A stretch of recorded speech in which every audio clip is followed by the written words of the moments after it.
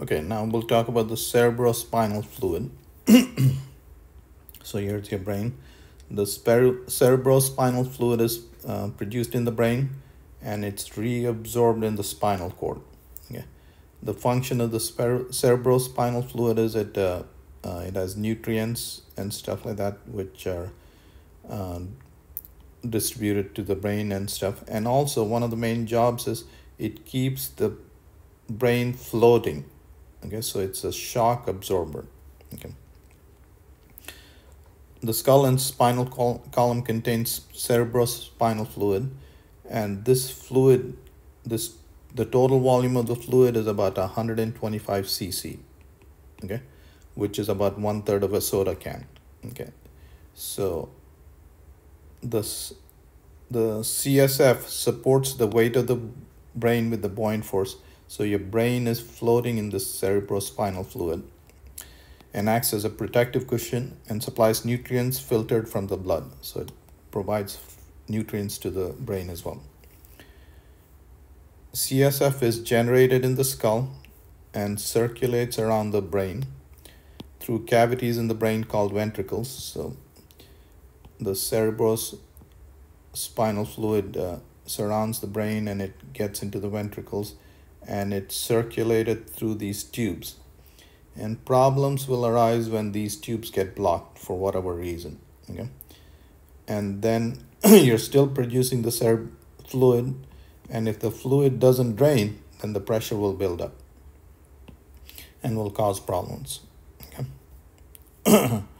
So the CSF is generated in the skull and circulates around the brain through cavities in the brain called ventricles and down the central canal of the spinal cord. Normally, CSF is absorbed in the spinal column as fast as it's generated in the skull. However, a narrow ventricle called the cerebral aqueduct can become blocked. So if the cerebral aqueduct becomes blocked, then so it's about 15 millimeters long, about half an inch long, can become, if that aqueduct becomes blocked, causing pressure to build up inside the skull. This is a moderately common problem in infants. And the problem is called hydrocephalus and can cause an enlarged head, mental retardation, or death. When detected early, the pressure and its effects can be minimized surgically. Okay, so if this duct gets blocked, the pressure in the skull will build up. So we will need to monitor the pressure in young infants inside the skull. Okay, so we will talk about how pressure can be measured. Okay, and you can also measure pressure in the spinal column with a spinal tap. Okay, so the cerebral aqueduct is narrow, 15 millimeter, that's 1.5 centimeters, half an inch. Okay, conduit for cerebrospinal fluid that connects the third ventricle to the fourth ventricle. So there is the third ventricle and the fourth ventricle that are connected. Aqueductal stenosis. Okay, so narrowing of this aqueduct obstructs the flow of CSF and has been associated with non-communicating hydrocephalus. Such narrowing can be congenital, meaning when you're born with it, arise via tumor compression, or through cyclical gliosis secondary to an initial partial obstruction.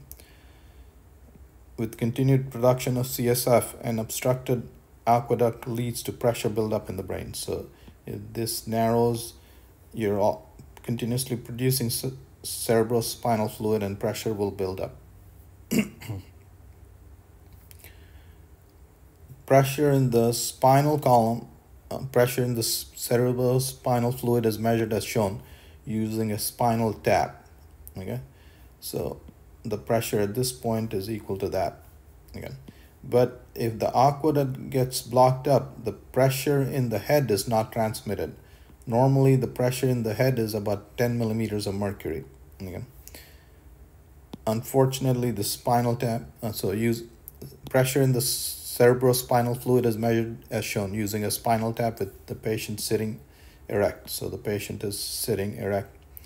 Unfortunately, this method does not detect hydrocephalus because the blockage in the aqueduct prevents the pressure in the brain from being transmitted to the spinal column. So if the aqueduct prevents this fluid, that pressure is not transmitted here. So it's like this has become an independent chamber and you're just measuring the pressure of the spinal column. It is not convenient to measure the pressure in the brain directly. You can't measure the pressure in the brain directly because of bony structure. So other methods of detecting hydrocephalus are generally used. This includes shining a light through the soft skull of an infant, ultrasonic scans, and x-rays. Okay. Spinal taps. Spinal taps are performed for many reasons: to administer anesthetics, to introduce dye for contrast on an x-ray, or to withdraw cerebrospinal fluid for density measurements. Okay. You have about, like I said, 125 cc of cerebrospinal fluid. So after a spinal tap, you don't want any of the fluid to leak out. Okay, so you have patients lying down. And remember, the cerebrospinal fluid around your brain is a cushion. So if fluid leaks out, you lose that cushion. So even the skull and the spinal column contain only about 125 cc of CSF. So even a small loss is significant. Loss of CSF deprives the brain of some of its buoyant force support and of its protection from physical blows. Headaches are a result. So if you lose cerebrospinal fluid, you're bound to get headaches. Okay. CSF, any loss is slowly replenished over 4 to 5 days. All right, now we'll come to the eye. Okay, again, so the lens and the cornea don't have any blood vessels to them, and so what the body does is it produces aqueous humor, which brings nutrients to the cornea and the lens.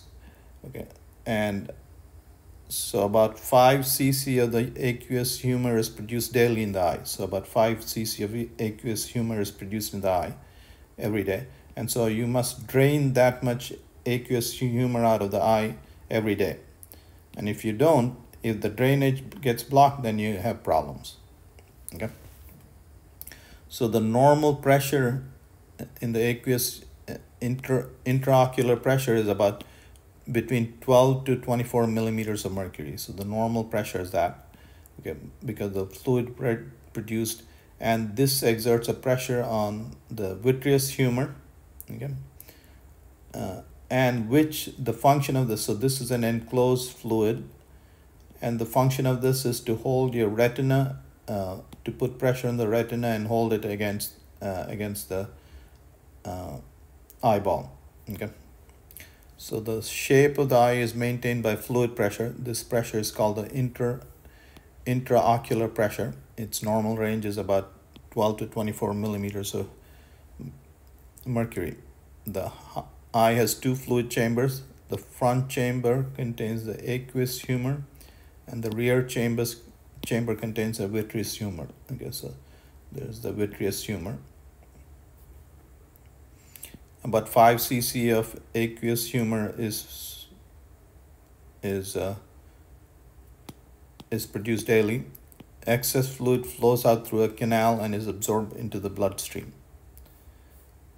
Aqueous humor is similar in character to cerebrospinal fluid and carries nutrients to the lens and the cornea. Okay, so the job of this is to carry nutrients to the lens and the cornea, neither of which have blood vessels.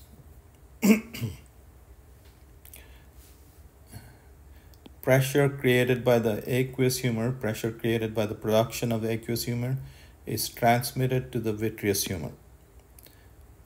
Vitreous humor is a jelly-like substance that does not circulate and is not replenished. So it's pressure in the vitreous humor holds the retina flush against the interior parts of the eyeball. So the job of this guy is to hold the retina flush against the eyeball and helps to maintain the shape of the eye. So whenever you're producing 5 cc per day, you want to drain 5 cc per day of the aqueous humor. Partial blockage of the drainage canal for the aqueous humor results in pressure buildup.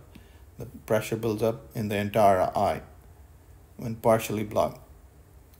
So when partially blocked, the canal has a higher resistance to flow, so fluid pressure rises.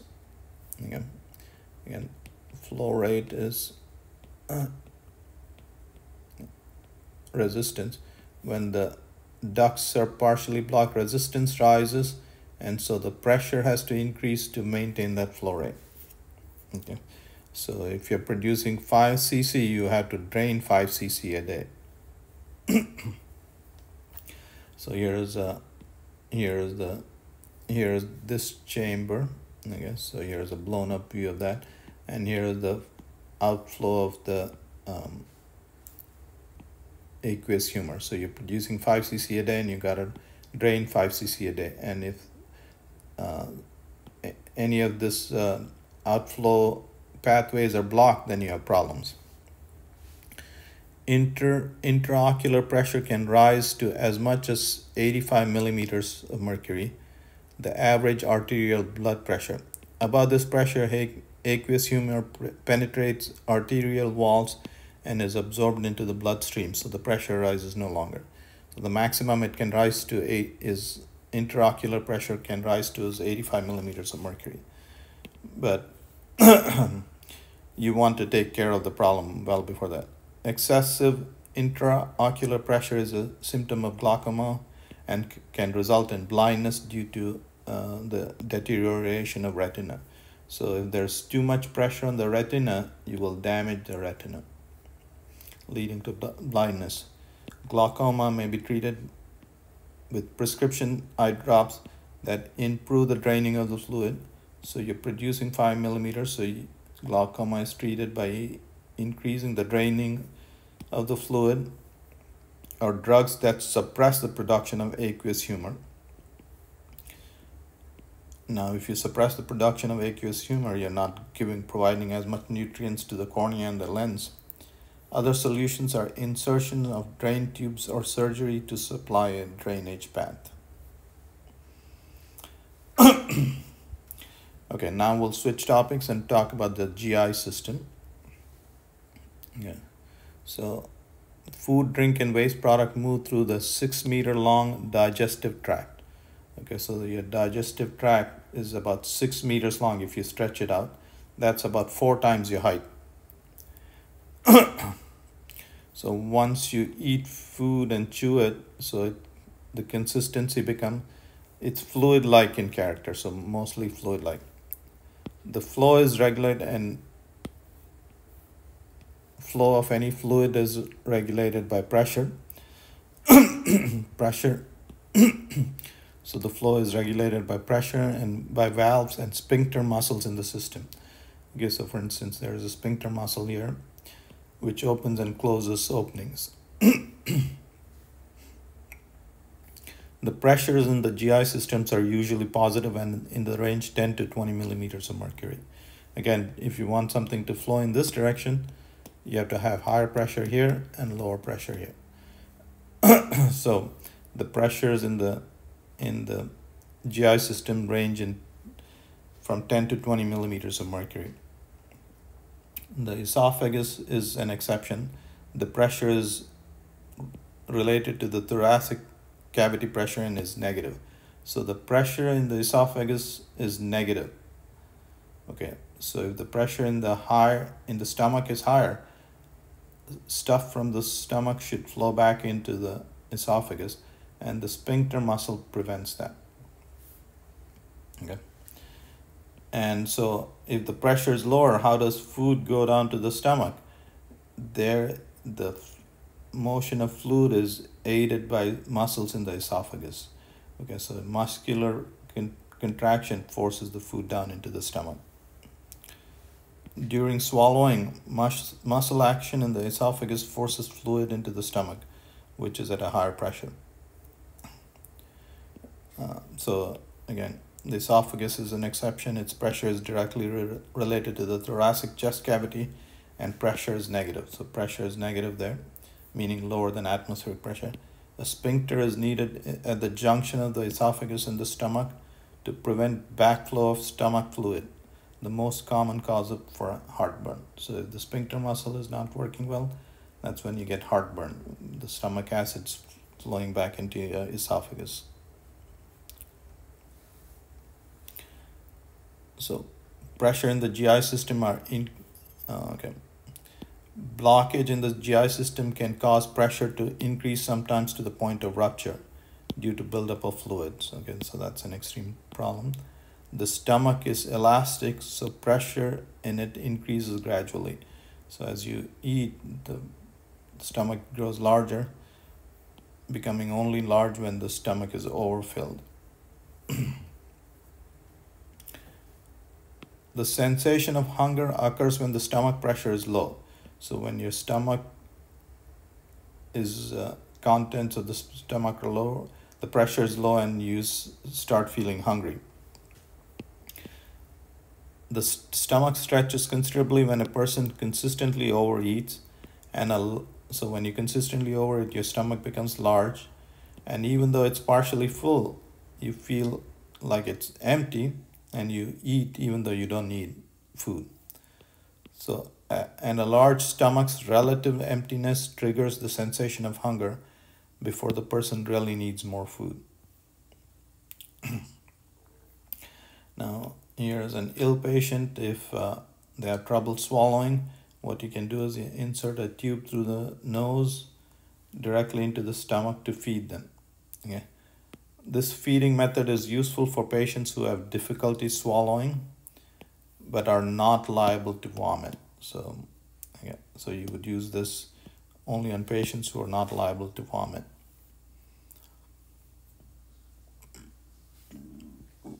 Okay, so now we'll talk about pressure in the skeleton system. Okay, so when a person is standing, your two legs have to bear your body weight. So each leg is bearing half your body weight. Okay, so the bone, you see the cross section of the bone is small, and so the pressure at the bone, the pressure there is half your weight divided by the area of cross section. And this area of cross section is small, so the pressure there is large. But a bone can withstand large pressure. Okay, now you come to the joint. Here's your knee joint. Okay, you have joints because you want motion. Between the different parts, different bones. Okay, so what the body has done is at the joints. Okay, so there's cushioning between the joints, and you have to have lubricants. Okay, so that top bone can move against that bone, and this soft tissue cannot bear too much pressure, and so what you do is you increase the area. So you see the bone became wider here, and this area is effectively much larger, so this soft tissue has to bear much less pressure. By increasing the area, the pressure is less. Okay, so that's the reason for this design. Okay.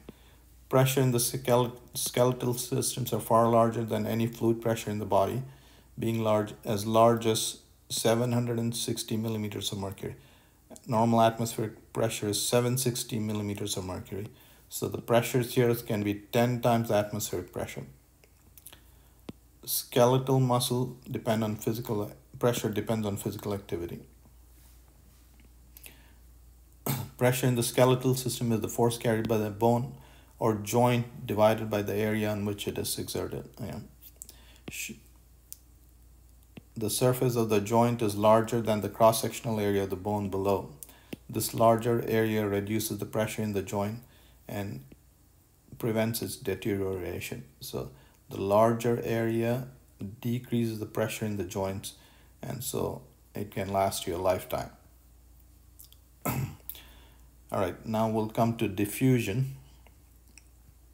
Okay, we'll do another recording.